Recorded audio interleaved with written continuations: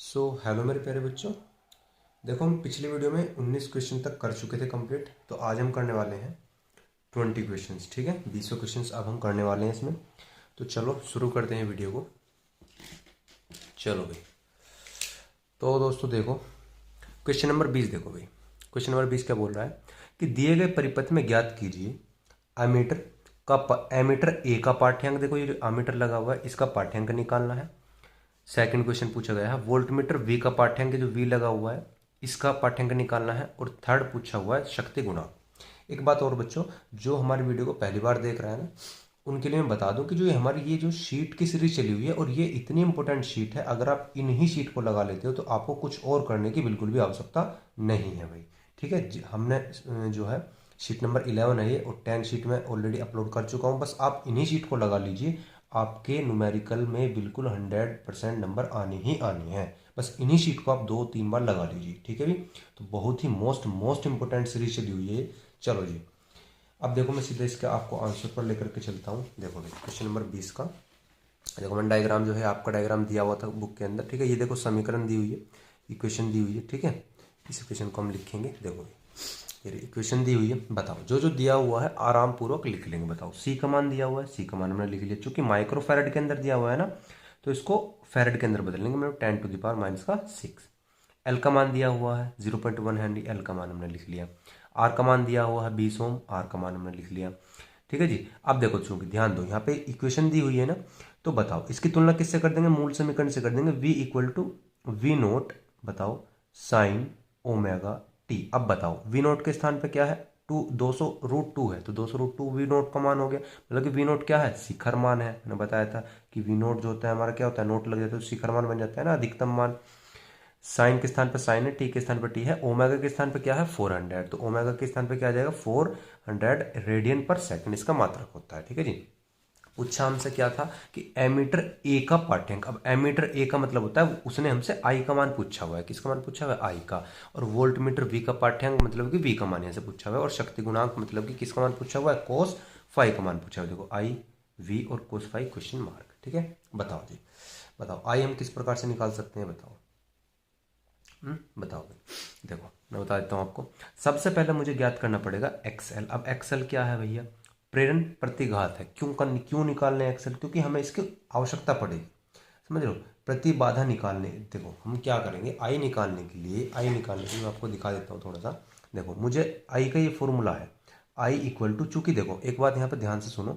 मैंने तुमको कहा था, मैंने तुमको बताया था कि अगर हमारा जो है IRMS होता है या VRMS होता है, उसको हम आई भी लिख देते हैं, या VRMS को वी भी लिख देते हैं। बताया था मैंने, फॉर्मूला वाली वीडियोस के अंदर देखना, उसके अंदर बताया हुआ था मैंने। ठीक है भाई, अब तो उसी प्रकार से यहाँ से देखो ये आई है ना, मतलब वो हमसे IRMS पूछना चाह रहा है। क्या पूछना चाह रहा है? IRMS वो हमसे पूछना चाह रहा है। तो IRMS इक्वल टू VRMS अपन में जेड। अब VRMS भैया किस प्रकार से निकाल सकते हैं? बताओ जी। VRMS तो यहाँ पे निकालना पड़ेगा हमको, तो VRMS यहाँ से हम निकाल लेंगे। और जेड VRMS तो हम निकाल लेंगे इस वाले फॉर्मूले से, V0/√2। लेकिन जेड भी हमको चाहिएगा, प्रतिबाधा जो है कुल जेड। अब जेड कैसे निकालेंगे? जेड का फॉर्मूला भैया ये वाला, क्योंकि LCR परिपथ है ना भाई।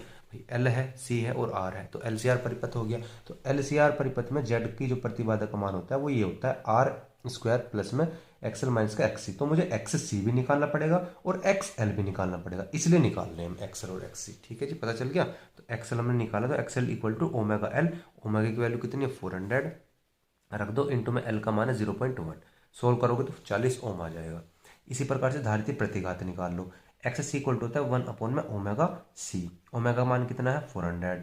ठीक है जी, सी का मान कितना है? 62.5 इंटू 10⁻⁶। ठीक है, सोल्व करोगे 10⁻⁶ को ऊपर लेकर के जाओगे तो पॉजिटिव की 6 हो जाएगी। और अपन में जब इन दोनों की मल्टीप्लाई करोगे तो कितना आ जाएगा? 25,000 आ जाएगा आपका। सोल्व करोगे तो 40 ओम आ जाएगा यहाँ से भी। ठीक है, चलो अब प्रतिबाधा का मान निकाल लो। Z equal to R² plus में XL माइनस का XC का होल स्क्वायर। आर का मान कितना दिया हुआ बताओ? 20 ओम दिया हुआ है, रख दो जी। XL कितना निकाला हमने? 40, और XC कितना निकाला? 40। तो रख दो, 40 में 40 जाएंगे तो जीरो, तो ये तो जीरो हो गया पार्ट। और 20 का स्क्वायर रूट से कट जाएगा, बचा 20। तो जेड का मान कितना आ गया? 20 ओम। अब विभवांतर का वर्ग माध्य मूल मान, चूंकि मैंने अभी आपको बताया कि IRMS जो है फॉर्मूला है ना हमारा भाई, IRMS हमारा फॉर्मूला है।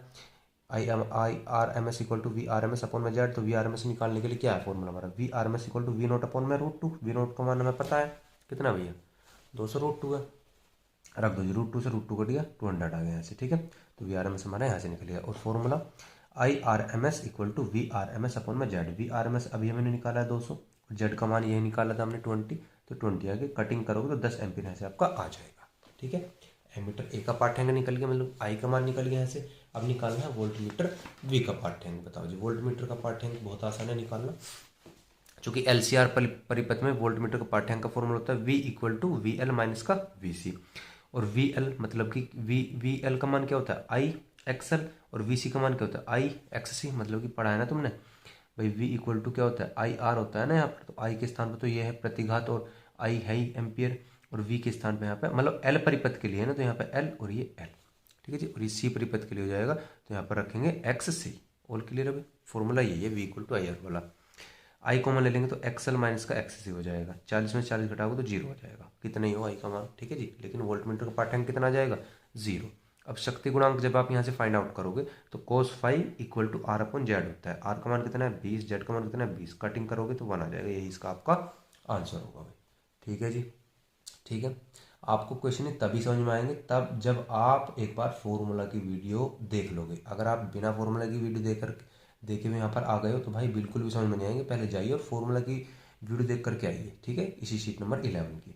चलो जी, अब हम करते हैं क्वेश्चन नंबर 21 क्वेश्चन नंबर क्या बोलता है, एक एलसीआर परिपथ में, बोल दिया एलसीआर परिपथ के सिरों के बीच 300 वोल्ट। अब भाई जो दिया हुआ लिख लेते हैं, का प्रत्यावर्ती विभव लगाया गया है, लिख दो भैया। वी इक्वल टू कितना है 300 वोल्ट।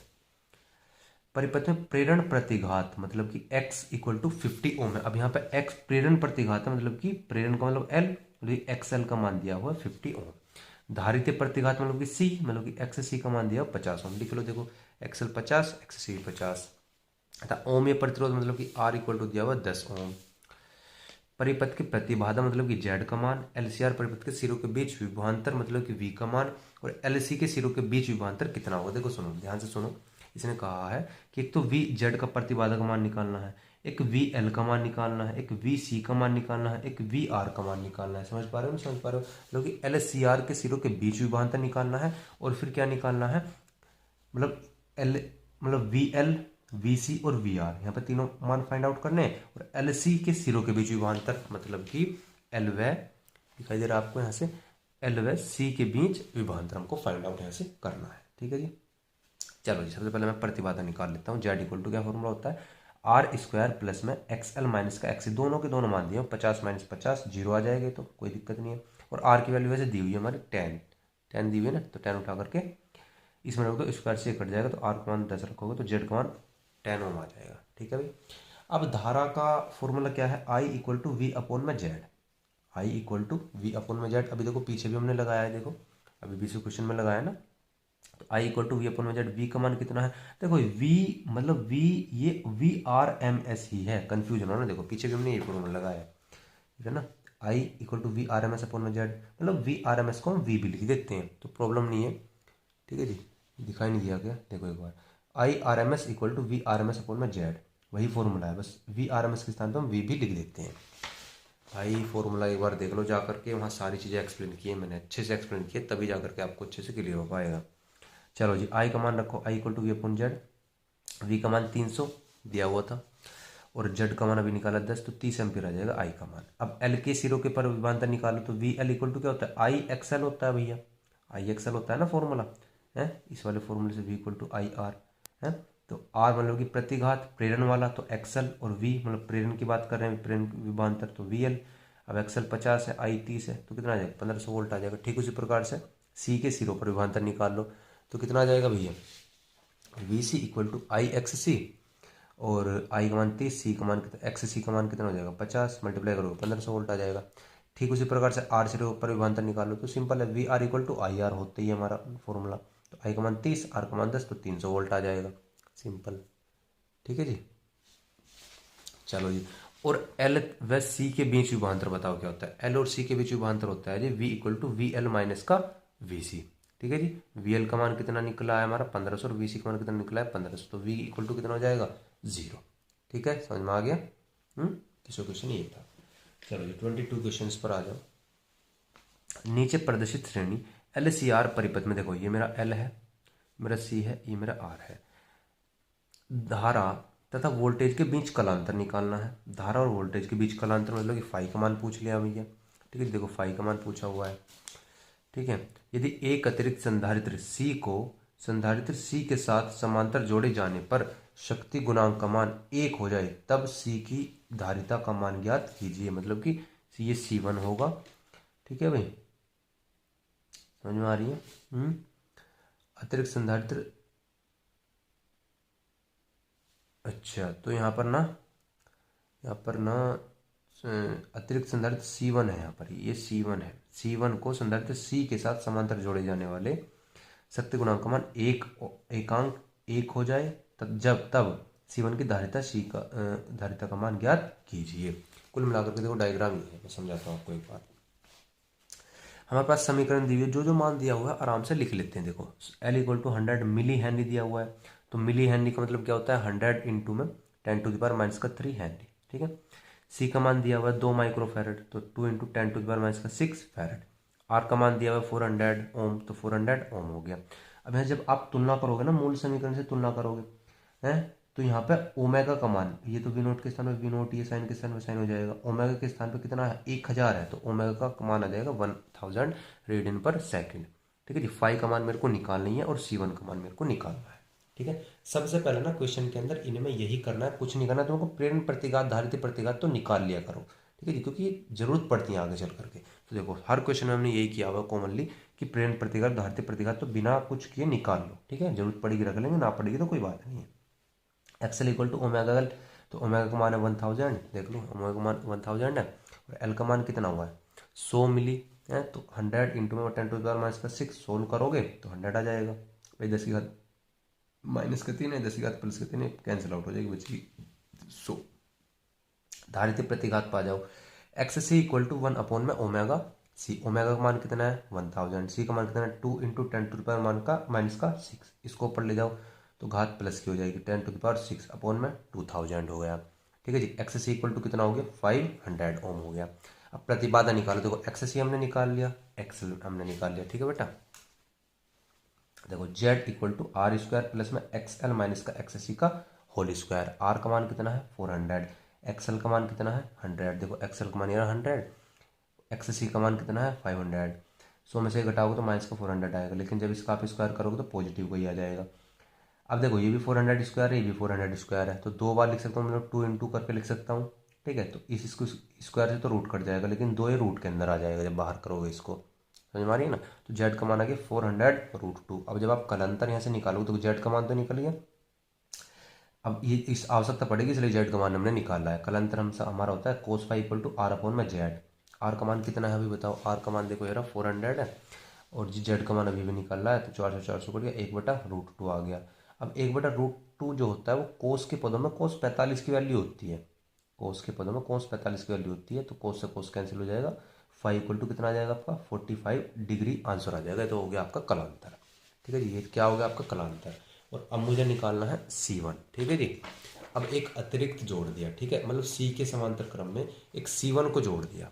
मतलब C तो था ही, देखो सुनो, ये तो लगा हुआ था, लेकिन एक और धारिता यहाँ से जोड़ दी है, जो कि C1 जोड़ दिया इसी लाइन में। ठीक है, C1 जोड़ा जाए तो क्या हो जाएगा? सबसे पहले तो उन दोनों धारिता, अब मान लो अगर इसी लाइन के अंदर 2 धारिता हो जाए तो क्या क्या करेंगे? सबसे पहले हम इसको बताओ, श्रेणी क्रम है ना, तो श्रेणी क्रम से बना करके कुल धारिता निकाल लेंगे ना। तो वही काम किया हुआ है कि C' equal to C plus में C1। तो C एक तो हमें मालूम है C कितना दिया हुआ है? 2 माइक्रोफैरड दिया हुआ है, जो एक पहले से लगा हुआ था। और दूसरा जो हमने लगाया है, मतलब कि ये हो गया 2 माइक्रोफैरड, और ये हो गया C1, तो 2 प्लस में C1 होना है।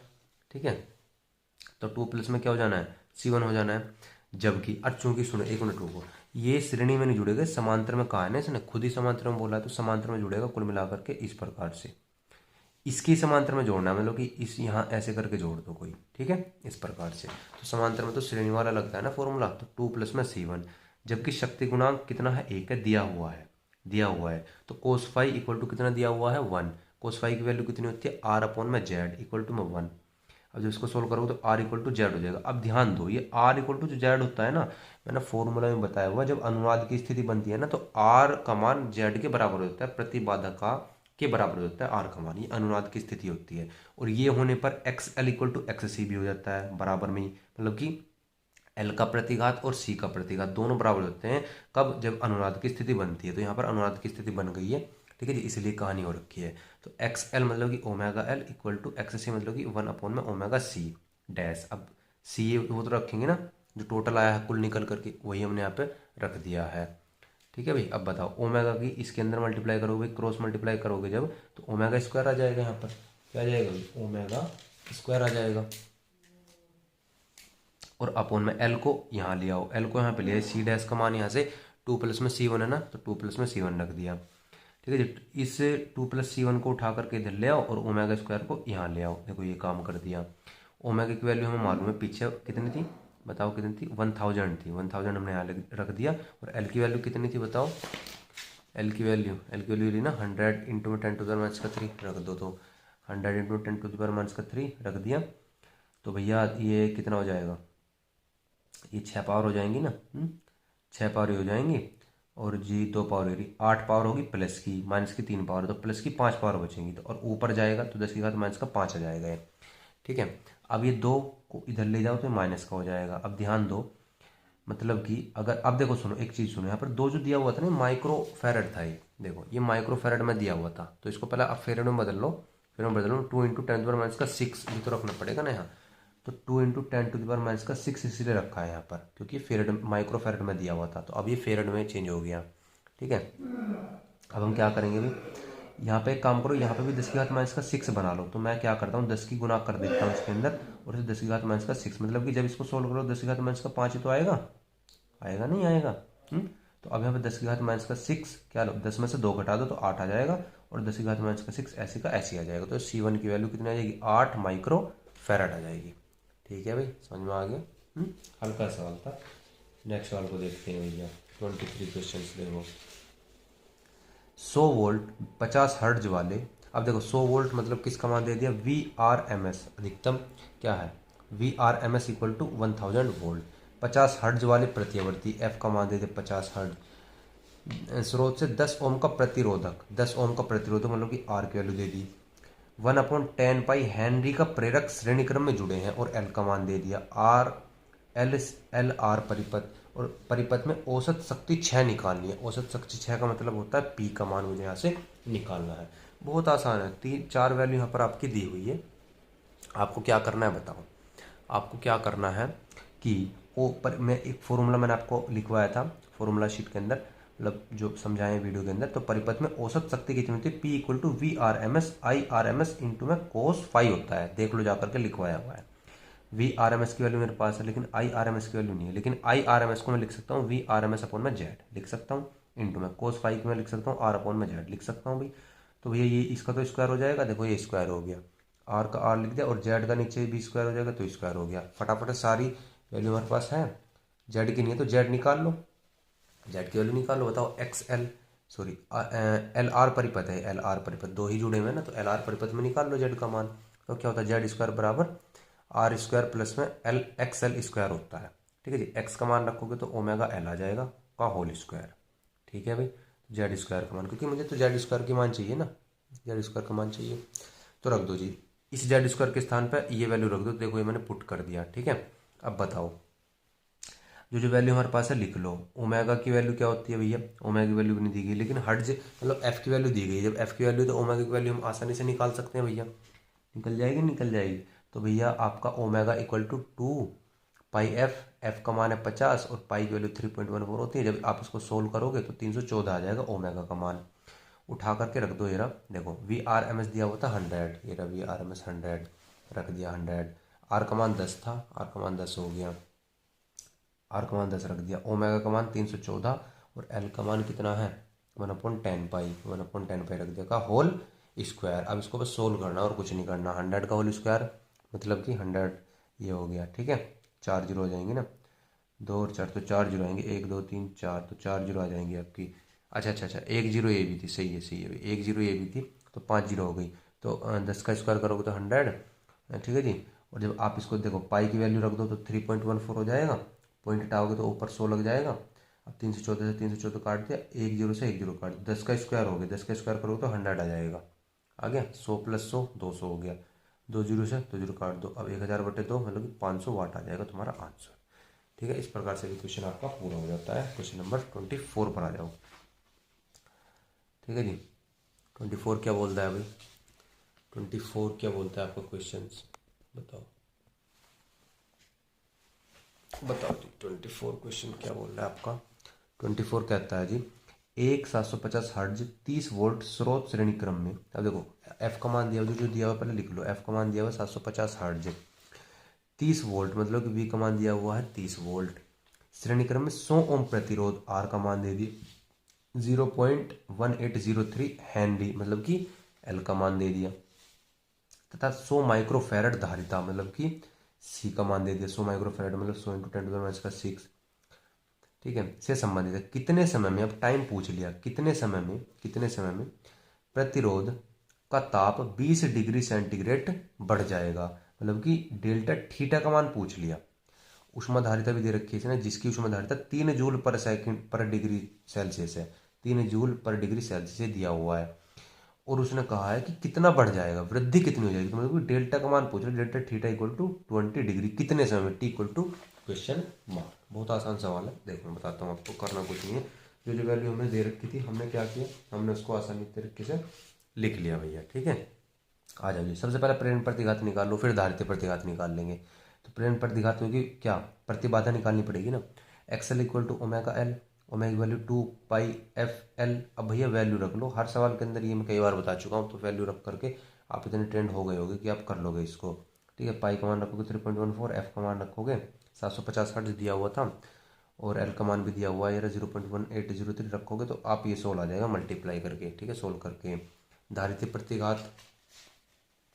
प्रतिघात का मतलब क्या है जी, मतलब XC = 1 में कितना बताओ, 1/ω/C = 1/2πfc, मतलब ओमेगा के स्थान पर 2πf रख दिया ना। तो भैया दो पाई की मैंने, पाई का मान है 3.14, एफ का मान है 750, सी का मान है इतना।